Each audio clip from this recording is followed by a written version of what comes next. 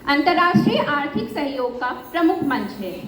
यह सभी प्रमुख अंतर्राष्ट्रीय आर्थिक मुद्दों पर वैश्विक संरचना और अधिशासन निर्धारित करने तथा उसे मजबूत करने में महत्वपूर्ण भूमिका निभाता है। G20 की स्थापना 1999 में एशियाई वित्तीय संकट के बाद वित्त मंत्रियों और केंद्रीय बैंक के गवर्नरों के लिए वैश्विक आर्थिक और वित्तीय मुद्दों पर चर्चा करने के लिए एक मंच के रूप में की गई थी।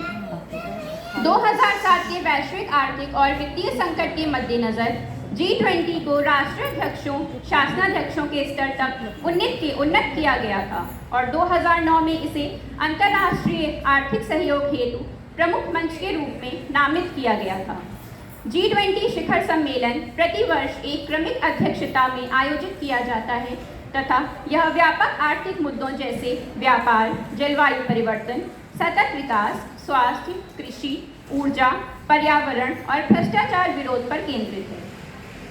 यदि हम G20 के सदस्यीय देशों की बात करें तो G20 में 19 देश, जिसके अंतर्गत आते हैं अर्जेंटीना, ऑस्ट्रेलिया, ब्राज़ील, कनाडा, चीन, France, Germany, Bharat, Indonesia, Italy, Japan, Korea गणराज्य, मैक्सिको, रूस, सऊदी अरब, दक्षिण अफ्रीका, तुर्की, यूनाइटेड किंगडम और संयुक्त राज्य अमेरिका है तथा यूरोपीय संघ शामिल है। G20 सदस्य देशों में वैश्विक सकल घरेलू उत्पाद का लगभग 85%, वैश्विक व्यापार का 75% से अधिक और विश्व की लगभग 2/3 आबादी है।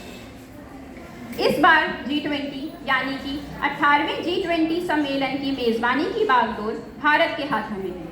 हाल ही में विदेश मंत्रालय ने घोषणा की कि भारत वर्ष 2023 में नई दिल्ली में G20 समूह के नेताओं के शिखर सम्मेलन की मेजबानी करेगा तथा 1 दिसंबर 2022 से 30 नवंबर 2023 तक G20 की अध्यक्षता करेगा।